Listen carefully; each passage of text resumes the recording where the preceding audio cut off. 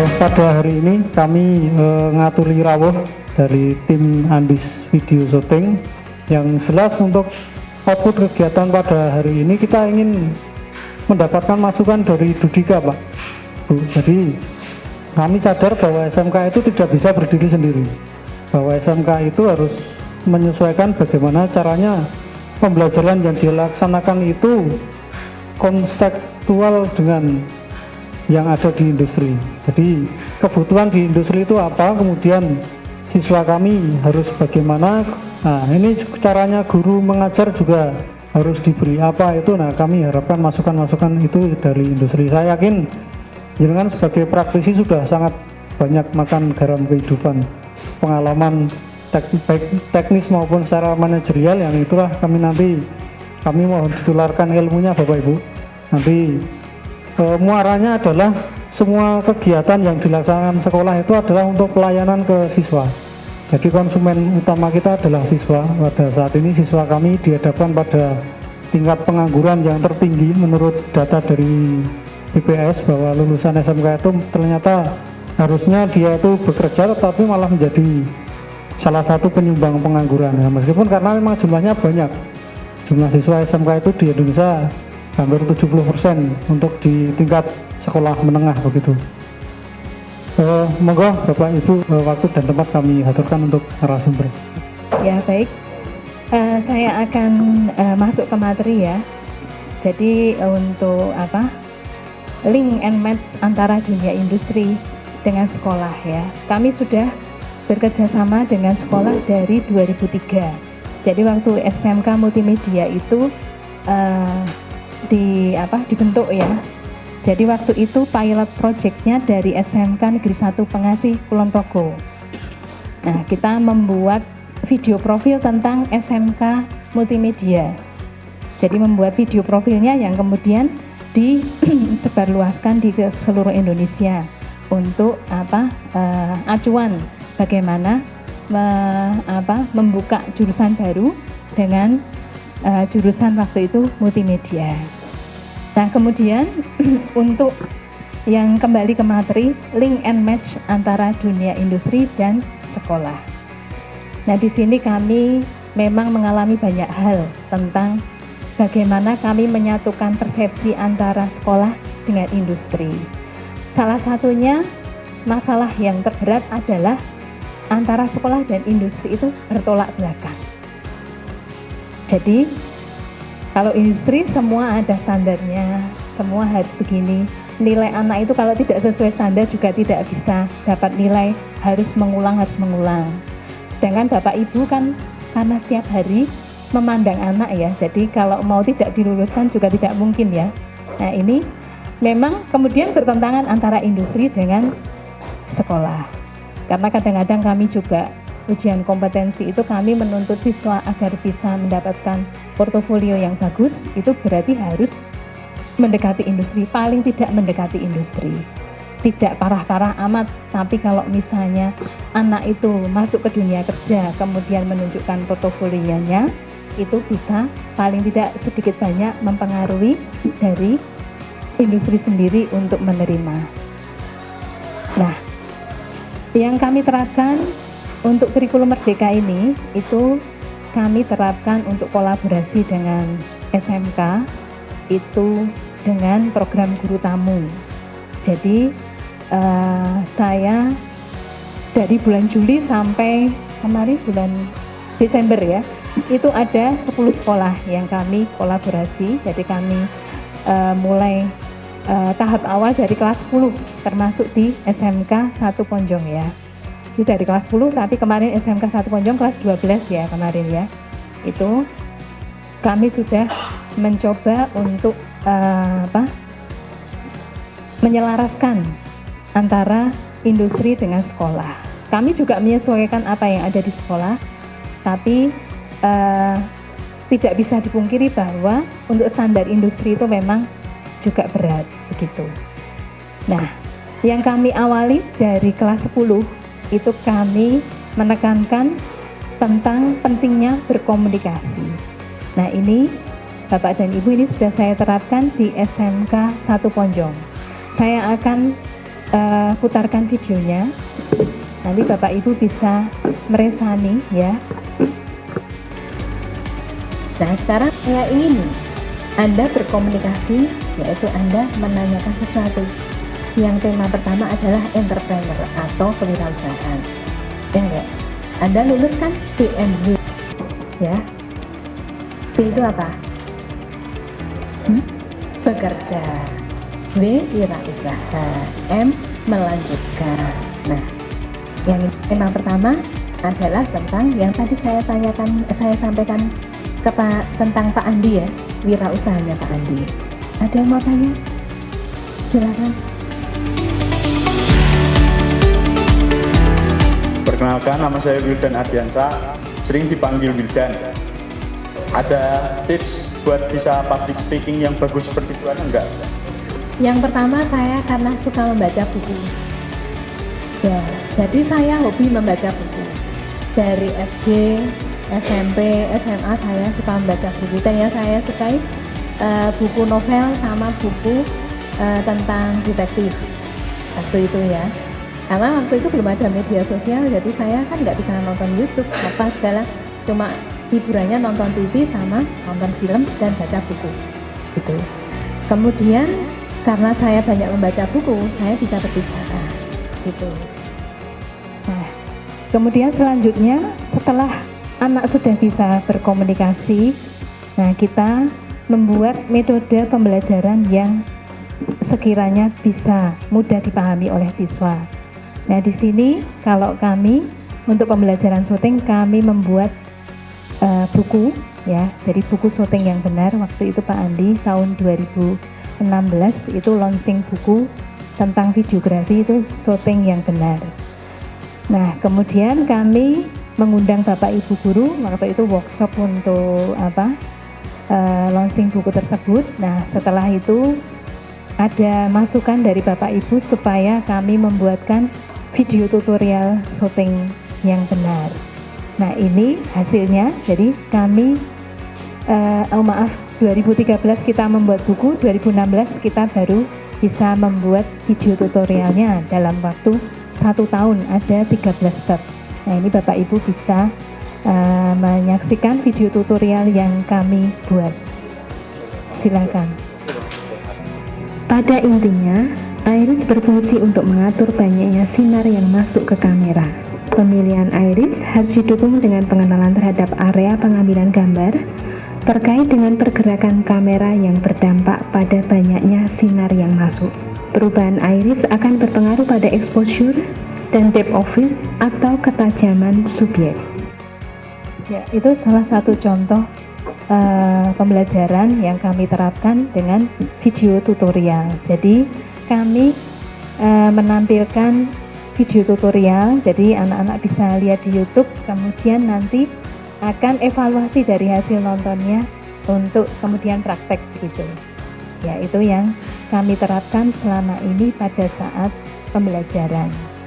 Jadi mungkin itu bisa dilakukan Bapak Ibu dengan kolaborasi dengan jurusan lain. Jadi ada kan sekolah yang seperti SMK Negeri 2 itu 9 jurusan. Nah, itu bisa kolaborasi dengan jurusan DKV atau dengan broadcast film. Nah, yang kami tekankan memang kita tidak bisa sendiri. Jadi masing-masing jurusan memang harus bekerja sama untuk supaya kita bisa maju gitu. Jadi kurikulum Merdeka yang sudah diterapkan ini untuk mengikuti standar industri ya, membudayakan industri, etos kerja industri di sekolah itu bisa tercapai. Paling tidak anak didik itu nanti bisa masuk ke industri tapi sudah tahu etos kerjanya, SOP-nya kerja begitu ya. Nah, kemudian memang kami sudah terapkan di SMK, beberapa SMK itu kelas 11 ini sudah project real, jadi memang sudah penerapan. Ini kalau secara teknikal ya Bapak Ibu, mungkin kalau yang TKR sama teknik audio video kan teknik ya, jadi itu bisa kolaborasi untuk nanti bagaimana misalnya merakit gitu ya, merakit sepeda motor atau kemudian bongkar pasang seperti itu bisa. Ini bisa menggunakan metode ini. Jadi itu yang saya sampaikan, mungkin bisa untuk masukan Bapak Ibu untuk metode pembelajarannya akan bisa lebih efektif begitu. Gitu. Mungkin Bapak Ibu ada yang akan menanggapi. Jadi karena ini forum diskusi ya, kemarin Mas Nugroho sampaikan ke saya, jadi forum diskusi. Nah, silakan. Nanti kalau Bapak Ibu akan menanggapi, jadi yang saya sampaikan tadi, silakan. Terima kasih atas waktunya. Mohon izin bertanya nggih Pak Bu. Tadi kan di video saya melihat dan mendengar bahwa Pak Andi itu menyampaikan bahwa yang nomor satu kompetensinya adalah komunikasi. Nah, itu kan memang lagi gencar-gencarnya nih dikira-kira di SMK, apalagi di SMK 1 Ponco. Yang ingin saya tanyakan, apa yang membuat Bapak itu mencetuskan atau menyampaikan bahwa satu harus bisa komunikasi? Apakah mungkin ada pengalaman pribadi dengan anak-anak PKL, atau mungkin dalam pengalaman selama Bapak bekerja, berusaha gitu, berwirausaha, memenuhi banyak klien? Monggo Pak, terima kasih waktu dan tempatnya.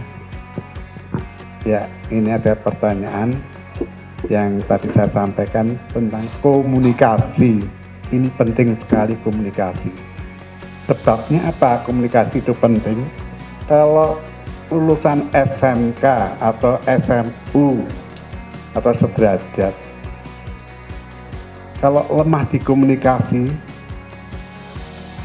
bagaimana dia akan meraih sesuatu? Ya, misalnya saya masuk sini diam saja, Anda akan mengatakan sesuatu dalam hatinya. Tapi saya harus berkomunikasi. Gimana Pak Mustar, kabarnya? Kemarin di mana? Lah, itu wujud perhatian. Itu saya akan dihargai orang lain kalau bisa komunikasi. Tapi kalau nggak bisa komunikasi, akan dicela orang lain. Kenapa anak diem aja, nggak pernah ngomong, gimana? Guru jengkel kepada siswa. Tapi sekarang nggak boleh jengkel sih. Gimana guru memotivasi siswa supaya belajar di sekolah itu senang? Lah, ini yang belum dilakukan oleh guru-guru. Ya toh? Coba direnungkan, pasti anak itu dalam hati itu nggak boleh. Ya, kita harus ngomong, tapi juga punya jarak, punya wibawa, tapi harus perhatian kepada siswa supaya siswa itu enjoy di dalam kelas. Kalau siswa itu nggak enjoy, dia akan main HP, ngobrol sama temannya. Anda nggak diperhatikan sebagai guru, sakit hati enggak? Nah, ini yang belum dirasakan oleh Bapak dan Ibu guru. Inilah gunanya komunikasi. Ya, sejak kecil saya belajar komunikasi, bukan soal pengalaman di mana. Sejak kecil saya belajar komunikasi. Ya, kalau anak PKL itu biasanya takut dari tempat perusahaan. Saya nggak pinter di waktu SMK, susah kuransi. Teman saya pinter-pinter, tapi ngajak saya, kamu aja yang di depan yang ngomong. Saya nggak bisa ngomong. Kalau itu pinter, nilainya 99, saya hanya 7. 9 kalah dengan yang 7. Tapi komunikasi saya bisa 10 lebih dibanding dia. Itulah kelebihan komunikasi. Terima kasih Pak waktunya. Terkadang jujur aja Pak ya, kalau kita berkomunikasi itu kan hatinya harus senang gitu. Terkadang ada rasa minder gitu Pak. Mindernya itu anak kita itu di wilayah pinggiran begitu Pak. Bagaimana menurut pengalaman Bapak anak-anak yang di pinggiran itu dibandingkan dengan anak-anak yang di kota, biar bisa memotivasi kami yang sekolahnya di pinggiran ini Pak. Terima kasih waktunya. Oh iya, saya sudah menerima keadaan gini menghadapi ratusan siswa ya, pinggiran dengan kota, perbedaannya di mana? Wah, menarik sekali itu Mas. Ya, pinggiran itu punya kelebihan banyak Mas. Kita angkat kelebihannya. Ya, daerah sini itu fisiknya kuat. Kalau nyuting mantap. Ya. Iya, dibuktikan kota KU. Ya. Saya ngajari siswa yang dari pinggiran itu fisiknya kuat. Itu kelebihannya. Tapi maaf, cara berpikir menghafal lemah. Nggak apa-apa. Nggak apa-apa, itu sambil belajar, sambil perlahan-lahan, kan nggak mutlak. Kita ngajari siswa itu beda-beda. Kalau orang cerdas itu kimpling kok wajahnya, naik pinggiran kan enggak. Nah, itu ya. Itu sudah alami, nggak apa-apa. Ya, nggak alami, nggak apa-apa, itu diproduksikan dari sana. Tapi kan punya plus minusnya masing-masing ya. Terima kasih atas matanya. Kebetulan hari ini kan yang rawuh ke sini dari Pak Andi dan Bu Hana berhubungan dengan industri multimedia ya Pak. Dan kebetulan yang paling mendekati jurusan kami adalah jurusan DKV dan audio video. Nah, yang ingin saya tanyakan saat ini hal yang pasar yang paling laku di industri itu apa Pak? Jadi kami bisa menyesuaikan kebutuhan kami mengajar itu seperti apa, dan kami ingin tahu yang sekarang itu paling tren diminati di dunia industri, dunia kerja itu terkait dengan multimedia dan audio video itu Pak. Jadi kami bisa menyesuaikan besok ketika kami siswa kelas 12 lulus itu punya kompetensi ini yang diperlukan oleh industri multimedia dan audio video. Terima kasih. Oke, dunia kerja ya, setelah lulus ya, semua ilmu itu bagus, semua potensi. Tidak nonjol di kafe itu nonjol, enggak. Kebetulan saja saya ngajar di kafe, audio video bagus ya. Terus PKR ya, bagus ya. Sekarang bagaimana guru bisa memotivasi anak, meyakinkan anak sekolah di jurusan itu. Kuncinya itu supaya punya kompetensi yang sesuai.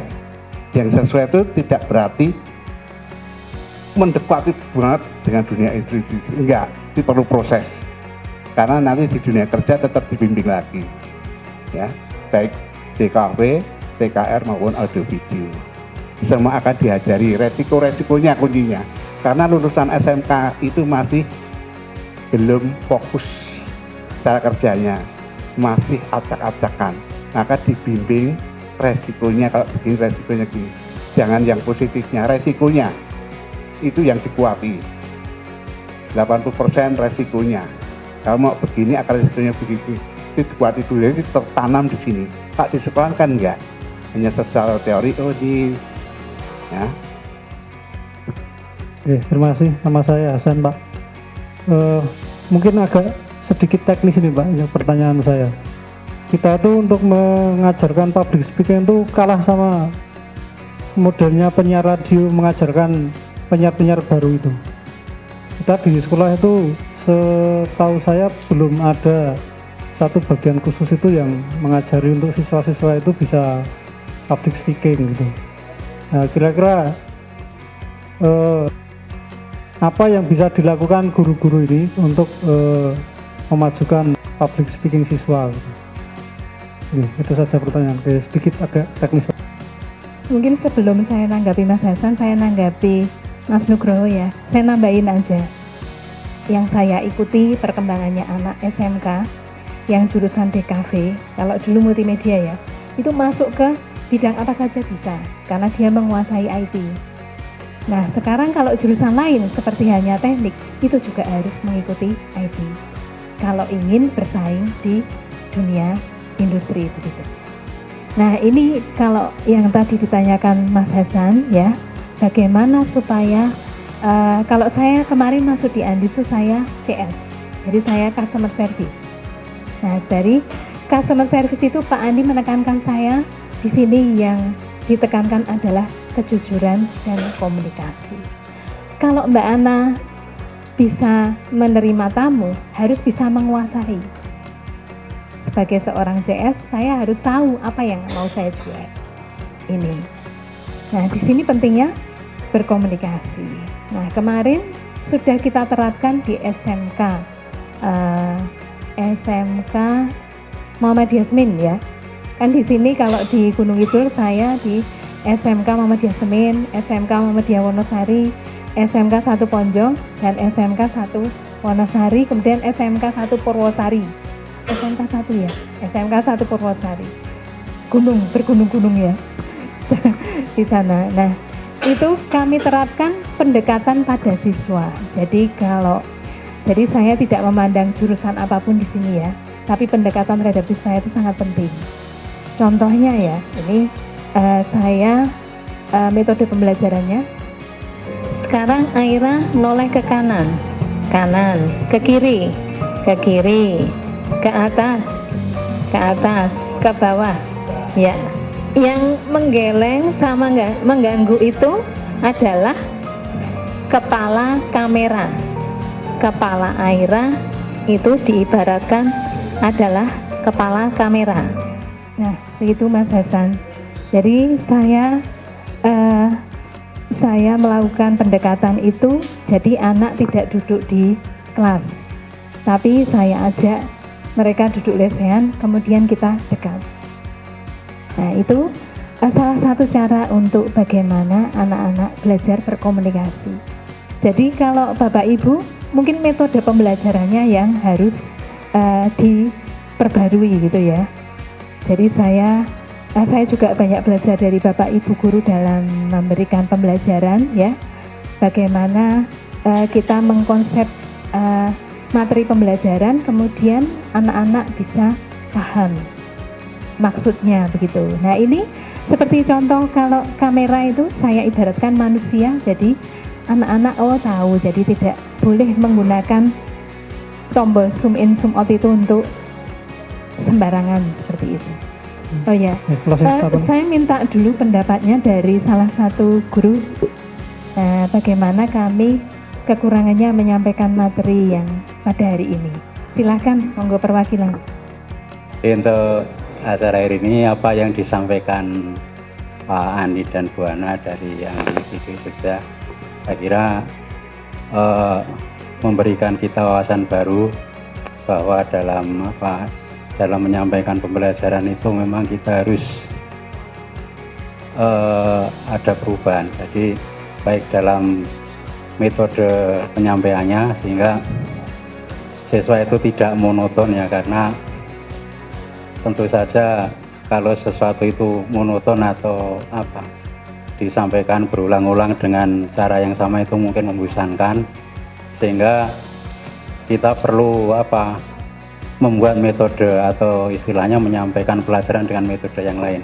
Kemudian mungkin kolaborasi antara sekolah dengan dunia usaha itu juga penting, sehingga nanti kedepannya semoga saja tiap tahun kita ada anggaran untuk kegiatan guru tamu ya. Tidak hanya di jurusan DKV, mungkin juga di jurusan TAV, juga di otomotif, juga di TKR, sehingga ketika apa yang disampaikan di sekolah itu, ketika ada guru tamu itu juga akan istilahnya memantapkan siswa, sehingga tidak ada kesenjangan antara sekolah dengan dunia usaha gitu. Ya, baik, terima kasih Pak Mahmud. Masukannya tadi belum ya Pak? Kesimpulan ya Pak? Enggak apa-apa. Saya hanya ingin menyampaikan pada Bapak Ibu. Jadi kami berkunjung di SMK 1 Ponjong. Itu anak-anak kemarin yang kami terlibat mengajar dengan mereka, itu semuanya bisa berkomunikasi dengan baik. Dan saya merasa homey itu kerasan gitu di sini. Karena apa? Anak-anak juga welcome, guru-guru juga welcome, seperti halnya hari ini juga Bapak Ibu saya setelkan video juga memperhatikan semua gitu ya. Jadi itu tidak bisa diganti dengan apapun bahagianya gitu Bapak Ibu ya. Jadi terima kasih sekali kami sudah diberikan kesempatan untuk sharing ya. Karena kalau misalnya dalam hal keahlian memang karena kami belajar lebih dulu, bukannya karena kami lebih bisa ya, tapi karena belajarnya lebih dulu, jadi kami lebih dulu tahu dari Bapak Ibu gitu. Nah, akhir kata dari saya ya, nanti closing dari Pak Andi ada. Dari saya terima kasih banyak. Semoga kami bisa mendapatkan kesempatan lagi untuk bisa bertukar wawasan dengan Bapak Ibu Guru. Terima kasih.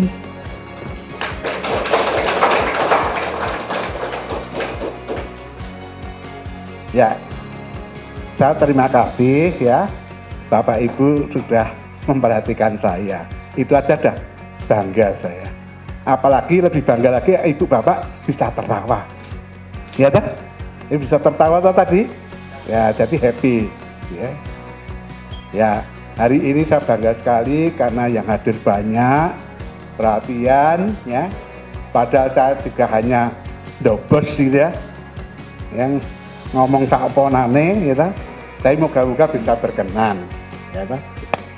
Ya masih banyak kekurangan, tapi paling tidak saya akan mengorek hati-hati Bapak yang selama ini itu belum inovasi, belum kepada siswa belum ada perubahan, kita rubah dikit-dikit ya.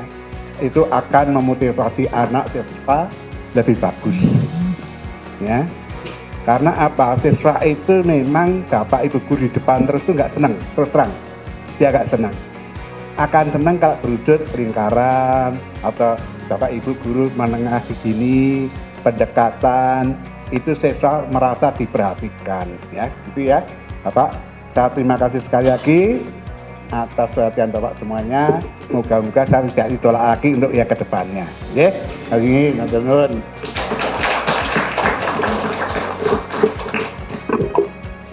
Baik, diucapkan terima kasih kepada Pak Andi, Bu Ana, dan tim yang alhamdulillah memberikan kami cakrawala berpikir yang baru.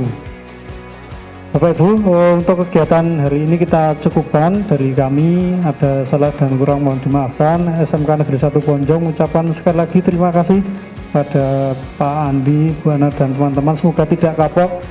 Semoga di tahun ini kami semoga masih tetap mendapatkan support dari pemerintah untuk baik dari segi pendanaan maupun dari segi alokasi waktu begitu, utamanya untuk bantuan-bantuan untuk siswa begitu. Mari Bapak Ibu kita tutup kegiatan pada siang hari ini dengan berdoa menurut agama dan kepercayaan masing-masing. Kami persilahkan. Dari kami cukup. Assalamualaikum warahmatullahi wabarakatuh.